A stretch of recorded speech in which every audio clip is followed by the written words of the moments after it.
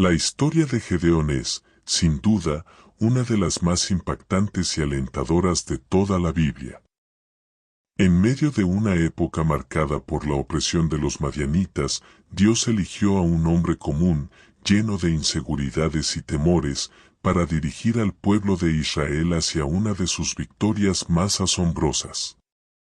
Gedeón, quien se veía a sí mismo como el más insignificante de su casa, fue llamado por el Señor para demostrar que el verdadero poder no depende de la fuerza humana, sino de la confianza puesta en Dios. Su vida nos enseña que el Señor escoge a los débiles para avergonzar a los poderosos, y que la idolatría y la ambición pueden desviar incluso al corazón más sincero, dejándonos profundas lecciones sobre la fe, la humildad y la obediencia. Gedeón nació en tiempos de gran aflicción para Israel. Los madianitas, un pueblo cruel e implacable, invadían las tierras de los israelitas cada año, saqueando las cosechas y robando lo poco que había quedado. El miedo obligaba a muchos a esconderse en cuevas entre las montañas, mientras veían impotentes como sus campos, su ganado e incluso sus familias eran destruidos o capturados. Era un panorama de desesperación total. Gedeón vivía en Ofra, una aldea pequeña perteneciente a la tribu de Manasés. Era hijo de Joás y, como tantos otros en ese tiempo, no podía imaginar cómo algo podría cambiar la situación de su pueblo. Era un hombre humilde, sin cualidades que lo hicieran sobresalir entre los guerreros, y mucho menos pensaba que algún día lideraría a otros. Para él, no solo era el menor de su casa, sino que su familia era considerada la menos relevante entre las tribus de Israel. La presión de los madianitas había quebrantado el espíritu del pueblo de Dios, pero en medio de ese caos, algo inesperado estaba por acontecer. La situación de Israel se había vuelto insoportable, y la ayuda que tanto anhelaban no vendría de un ejército poderoso ni de un monarca valiente. No. Vendría de un lugar impensado, de alguien que hasta entonces no era más que un campesino asustado, escondido del enemigo. Un día, mientras Gedeón trillaba trigo en un lagar, tratando de proteger lo poco que quedaba de la cosecha, ocurrió lo inesperado. Se encontraba solo, haciendo su trabajo en silencio, siempre atento por si los madianitas aparecían. El temor lo mantenía alerta, cualquier crujido del viento lo ponía en guardia. Fue en ese instante de tensión que apareció una figura inusual. A simple vista parecía un hombre común, pero Gedeón pronto notaría que era distinto. Aquel visitante, que en realidad era un ángel enviado por Dios, se le acercó y le habló con voz serena pero firme. «El Señor está contigo, valiente guerrero». Aquellas palabras confundieron a Gedeón. ¿Valiente? Él, si apenas se escondía para salvar el poco trigo que tenía, si jamás había empuñado un arma. Lleno de dudas, le respondió con sinceridad. Si el Señor está con nosotros, ¿por qué nos sucede todo esto? ¿Dónde están los milagros que nuestros padres nos contaron? El dolor de su pueblo era evidente, y Gedeón no entendía cómo él podía ser parte de una solución. Pero el ángel no titubeó. Ve con la fuerza que tienes y libera a Israel del poder de los madianitas. Aún así, Gedeón no podía creerlo. Su inseguridad seguía siendo más fuerte que las palabras del mensajero celestial. Sabía bien de dónde venía y no se consideraba capaz de liderar ni influir en nadie. El llamado era demasiado grande para alguien como él, o al menos, eso pensaba. Antes de dar un solo paso, Gedeón necesitaba estar completamente seguro. Así que, en una mezcla de temor y cautela, pidió una señal al Señor. Preparó un cabrito junto con pan sin levadura, los colocó sobre una roca y esperó. El ángel, sin decir una palabra, extendió su bastón y, de pronto, un fuego brotó de la roca y consumió por completo la ofrenda. Gedeón quedó paralizado. Las piernas le temblaban. Comprendió, sin lugar a dudas, que había estado cara a cara con un enviado de Dios. Pero la misión apenas comenzaba. Esa misma noche, el Señor le dio una orden directa: debía destruir el altar de Baal que su propio padre había construido y derribar la imagen de acera que se encontraba junto a él. La idolatría se había infiltrado profundamente entre el pueblo, y esa limpieza espiritual era el primer paso hacia la verdadera liberación. Aunque aún tenía miedo, Gedeón obedeció. Esperó a que cayera la noche y, bajo la cobertura de la oscuridad, hizo exactamente lo que Dios le había pedido. Sabía que, al amanecer, el pueblo no reaccionaría bien. Y no se equivocó. Al día siguiente, la ciudad entera estaba en conmoción. Los hombres, furiosos, pronto descubrieron que Gedeón era el responsable y exigieron su muerte. Pero entonces, su padre, Joás, intervino con valentía inesperada. Si Baal es un dios, que él mismo defienda su altar. Aquellas palabras no solo salvaron a Gedeón, sino que marcaron un punto de quiebre. Desde ese momento, todos sabían su nombre. Él se convirtió en el centro de atención. Los ojos de todo el pueblo estaban puestos en él. Aún así, Gedeón no se sentía listo. Su corazón seguía luchando con la duda, así que pidió otra señal para fortalecer su fe.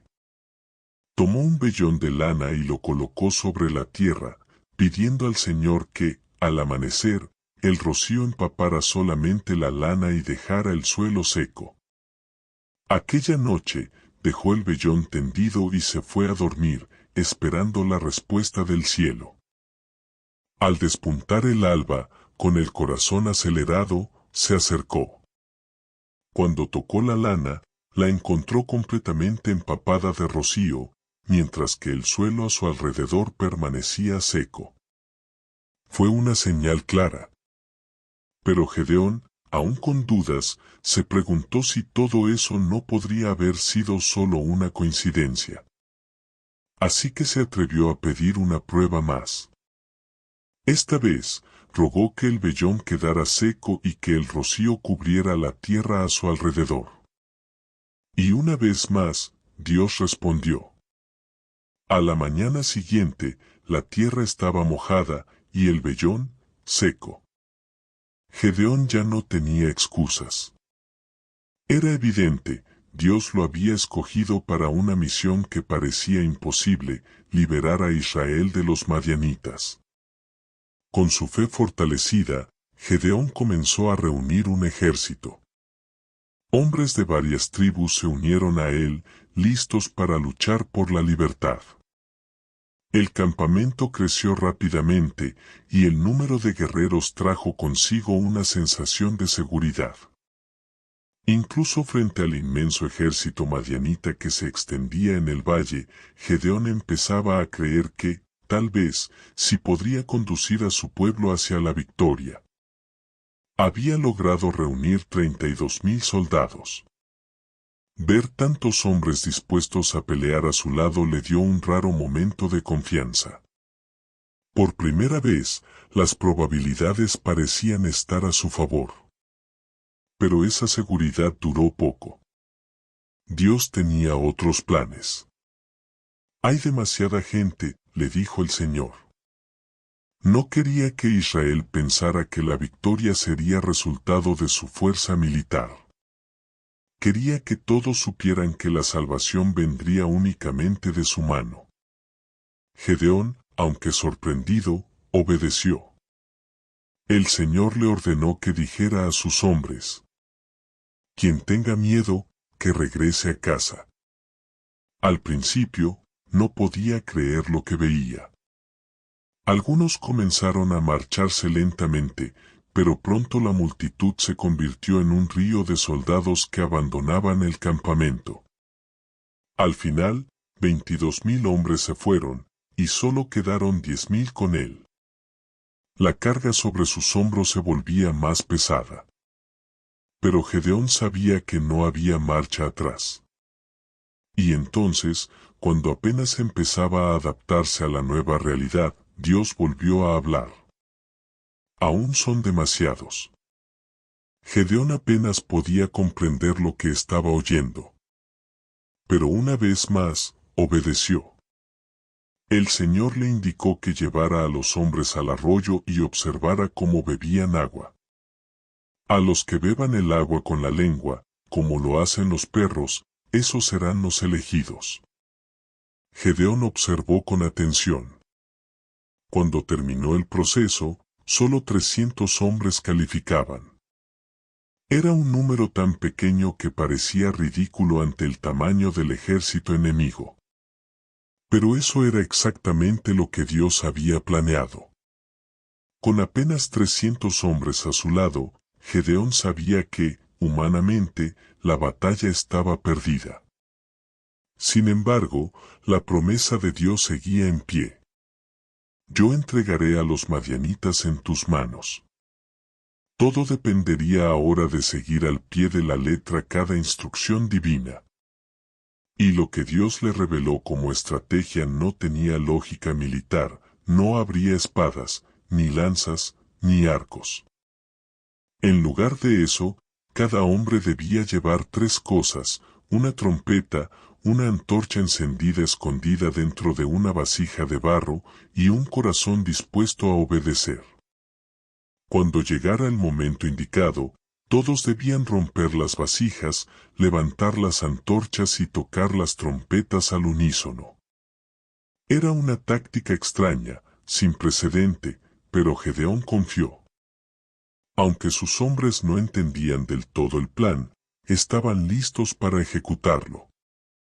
Esa noche, en completo silencio, los 300 hombres tomaron posiciones alrededor del campamento madianita. El aire estaba tenso, cargado de expectativa. Dentro del campamento, los enemigos dormían tranquilos, sin sospechar que estaban rodeados. Y entonces llegó el momento. Gedeón dio la señal.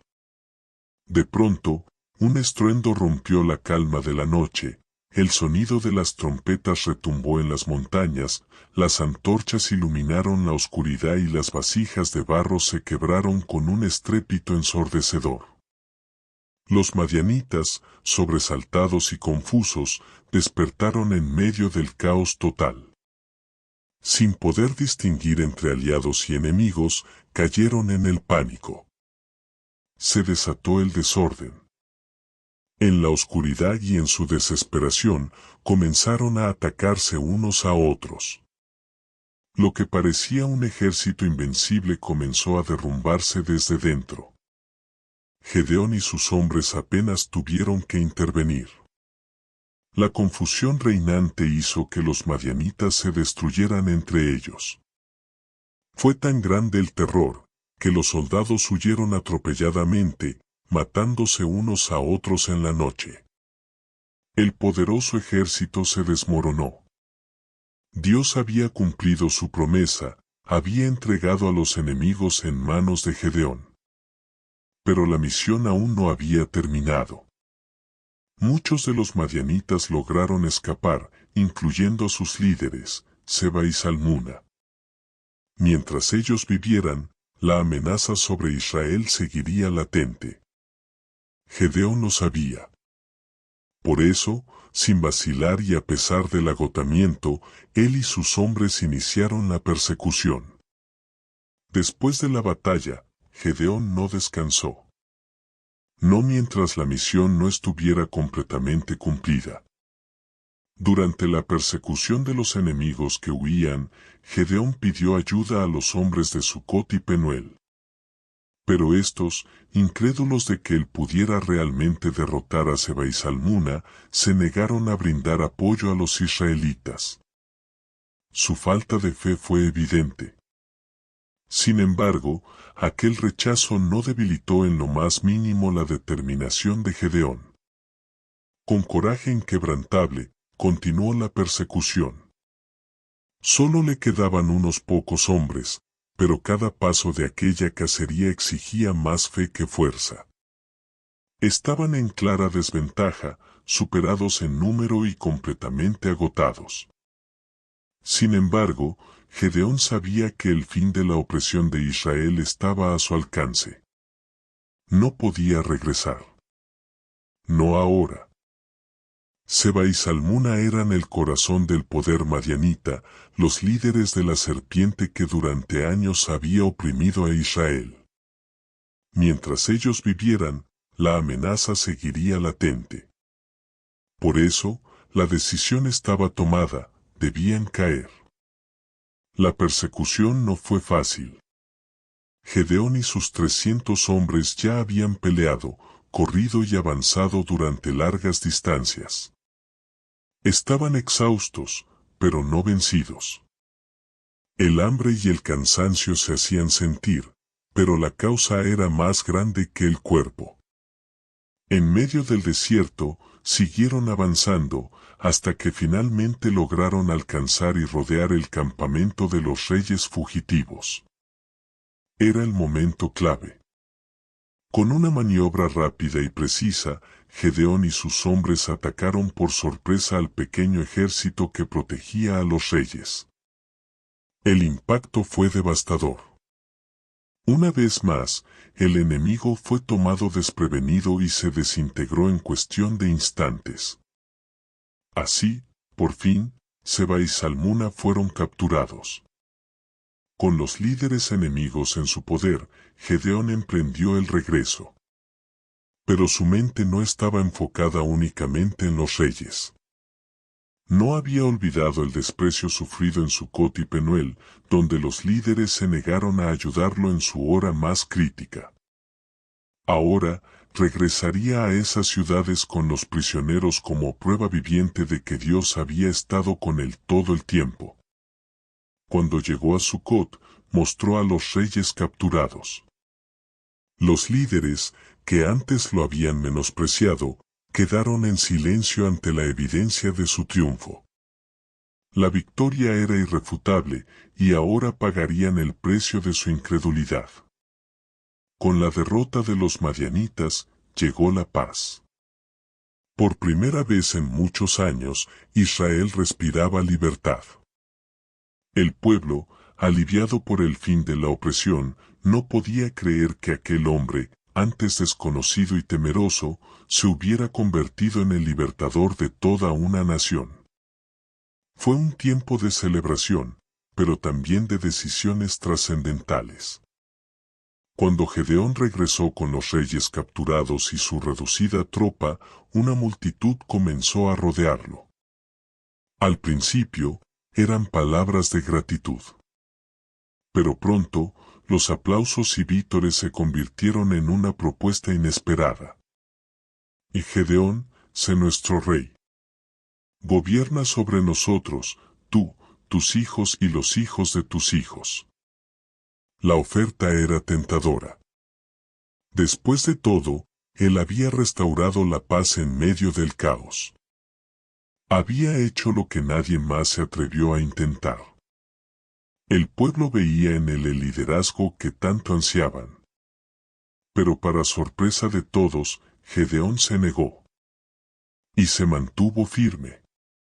Gedeón, al rechazar el trono, recordó al pueblo una verdad que nunca debía olvidarse: la verdadera victoria venía de Dios. No era su fuerza ni su liderazgo lo que había salvado a Israel, sino la mano poderosa del Señor. No reinaré sobre vosotros, ni mi hijo reinará, dijo con firmeza, el Señor es quien reinará sobre vosotros. Aquel gesto de humildad lo elevó aún más ante los ojos del pueblo. Pero aunque rechazó la corona, Gedeón hizo una petición. Pidió a cada hombre un pendiente de oro, tomado del botín de guerra. Parecía algo inofensivo, un recuerdo del triunfo. Con todos los aretes reunidos, mandó a confeccionar un efod, un objeto sagrado que simbolizaba la presencia de Dios. La intención original era buena. El efod serviría como un memorial, un recordatorio de la victoria que el Señor había dado a su pueblo. Se colocó en Ofra, la ciudad natal de Gedeón, y pronto, gente de todo Israel empezó a visitarlo. Pero lo que debía ser un símbolo de fe se convirtió en otra cosa. Poco a poco, el efod de oro se transformó en un objeto de culto. El pueblo, tan propenso a desviarse, comenzó a adorar lo creado en lugar del Creador. Gedeón, sin darse cuenta, había construido una nueva trampa para los corazones de Israel. El objeto que debía inspirar reverencia a Dios, terminó desviando la atención y sembrando las semillas de una nueva idolatría. A pesar de esto, durante los años de vida de Gedeón, Israel disfrutó de paz. Fue un tiempo de estabilidad que no se veía desde hacía generaciones. El pueblo lo respetaba, lo escuchaba. Gedeón tuvo muchos hijos, y su vida en Ofra fue larga y aparentemente tranquila. A los ojos de muchos, él fue uno de los mejores jueces que Israel jamás tuvo. Pero su muerte trajo consigo una sombra. Sin su liderazgo, el pueblo comenzó a tambalearse. El efod, que aún brillaba en Ofra, continuó siendo una piedra de tropiezo. Sin Gedeón para guiarlos, los israelitas comenzaron a mirar nuevamente hacia los dioses falsos. El ciclo de desobediencia, que por un tiempo pareció roto, regresó con fuerza. Y con él surgió un nuevo problema. Uno de los hijos de Gedeón, Abimelec, dio la oportunidad de tomar el poder. A diferencia de su padre, no compartía su humildad ni su temor de Dios. Movido por la ambición y la sed de control, Abimelec comenzó a trazar un oscuro plan. No deseaba servir al pueblo, sino gobernarlo. No buscaba la voluntad de Dios, sino su propia gloria. Y para lograrlo, estuvo dispuesto a hacer lo impensable. Mientras el eco del nombre de Gedeón aún resonaba en Israel como símbolo de libertad y fe, su hijo convirtió esa herencia en un campo de sangre. Abimelec, con el corazón endurecido y el alma ciega por el poder, se volvió contra sus propios hermanos, los hijos de Gedeón, y los mató a todos. Uno por uno, sin misericordia, sin remordimiento. Todos, excepto uno, Jotam, el único que logró escapar. El legado del libertador se tornaba en tragedia. La nación que había sido rescatada por la fe ahora se deslizaba hacia la oscuridad de la traición y el derramamiento de sangre. Y el nombre de Abimelec sería recordado no como un juez, sino como un tirano. Jotam, el único hijo de Gedeón que logró escapar, se convirtió en testigo viviente de una masacre sin sentido. Abimelec, cegado por su ambición, había eliminado a todos sus hermanos en un intento brutal de borrar cualquier obstáculo hacia el poder. Con la sangre de su propia familia en las manos, Abimelec se proclamó rey en Siquem. Pero su reinado no fue como el de su padre. No hubo justicia. No hubo paz. Gobernó con tiranía, instaurando un clima de miedo y represión. Aquella libertad que Gedeón había traído a Israel se desvaneció rápidamente bajo el peso del egoísmo de su hijo. Lo que debió ser un legado de fe, se convirtió en un nuevo ciclo de sufrimiento. Y como toda ambición desmedida, su caída fue inevitable. Los días de Abimelec se vieron marcados por traiciones, rebeliones y guerras internas. Su poder, construido sobre la sangre de los inocentes, no podía sostenerse por mucho tiempo. Finalmente, mientras intentaba someter otra ciudad rebelde, el juicio lo alcanzó. Desde lo alto de una torre, una mujer lanzó una piedra. La roca cayó con fuerza sobre su cabeza. Herido, humillado, y con el orgullo roto, rogó a su escudero que lo matara con una espada. «Hazlo rápido», dijo con desesperación. «No quiero que se diga que una mujer me quitó la vida». Y así terminó el reinado de Abimelec. Un final trágico para un hombre que pudo honrar el nombre de su padre, pero eligió el camino de la codicia y la destrucción. La paz que Gedeón había luchado por construir se vino abajo rápidamente, y el pueblo volvió al ciclo de idolatría, caos y confusión. La historia se repitió, como tantas veces en la historia de Israel. Pero la historia de Gedeón no es solo una tragedia. Está llena de lecciones que resuenan aún hoy. Dios eligió a un hombre común, escondido, lleno de dudas y temores, para cumplir un propósito extraordinario. Gedeón no era un guerrero ni un líder nato. Era alguien que necesitaba señales, que dudaba de sí mismo, pero también fue alguien que, cuando finalmente decidió confiar, obedeció con valentía. Y fue esa obediencia, no su fuerza, lo que cambió la historia. Gedeón y sus 300 hombres vencieron a un ejército innumerable no con espadas, sino con fe. Dios dejó claro que la victoria no depende del poder humano, sino de su mano soberana.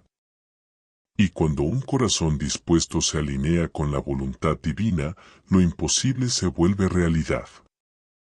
Pero esta historia también advierte, incluso los líderes más fieles pueden tropezar cuando pierden el enfoque. El efod de oro, hecho con intención de honra, se convirtió en un símbolo de idolatría. Y el corazón del pueblo se desvió. Lo que comenzó con fe, terminó en confusión. Porque cuando se olvida quién es el verdadero rey, la gloria se desvía y el pueblo se pierde. El legado de Gedeón se vio empañado por el orgullo de su hijo. Abimelec, que debería haber seguido el ejemplo de humildad de su padre, eligió el poder sobre la obediencia. Su historia es una advertencia poderosa. El liderazgo sin carácter y la autoridad sin temor de Dios solo conducen a la ruina. La mayor lección que nos deja la historia de Gedeón es clara. Cuando confiamos en Dios, Él hace lo imposible. Pero nunca debemos olvidar que toda la gloria le pertenece solo a Él y no al hombre. Si esta historia te inspiró, te invito a compartirla con quienes más lo necesiten. Dale me gusta, deja un comentario con lo que más te impactó y suscríbete para seguir explorando juntos más historias de fe, valor y transformación. Porque la Biblia no es solo historia. Es un llamado a vivir con propósito.